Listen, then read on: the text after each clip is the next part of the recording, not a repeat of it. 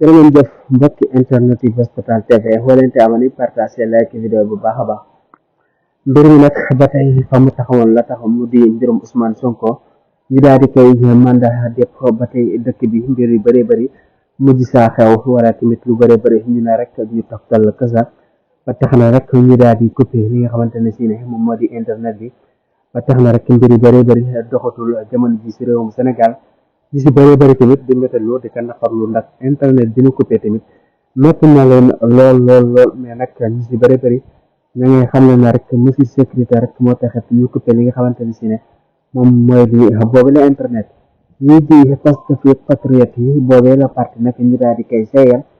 ndax yi nekk ba tey mënuñoo gëm na ni seen parti boobee nekk na loolu seeyal ndax nag jamono ji rek li ñu gëm ba tey rek moo di kii di président Ousmane Sonko moo doon seen candidat 2024 mais nag boobu la candidat nag jamono ji nag dafa am ak mbir ak yoon ba tax na rek ñu daal di koy mandat dépôt jamono ji daal di tas li nga xamante ne si ne moo di partem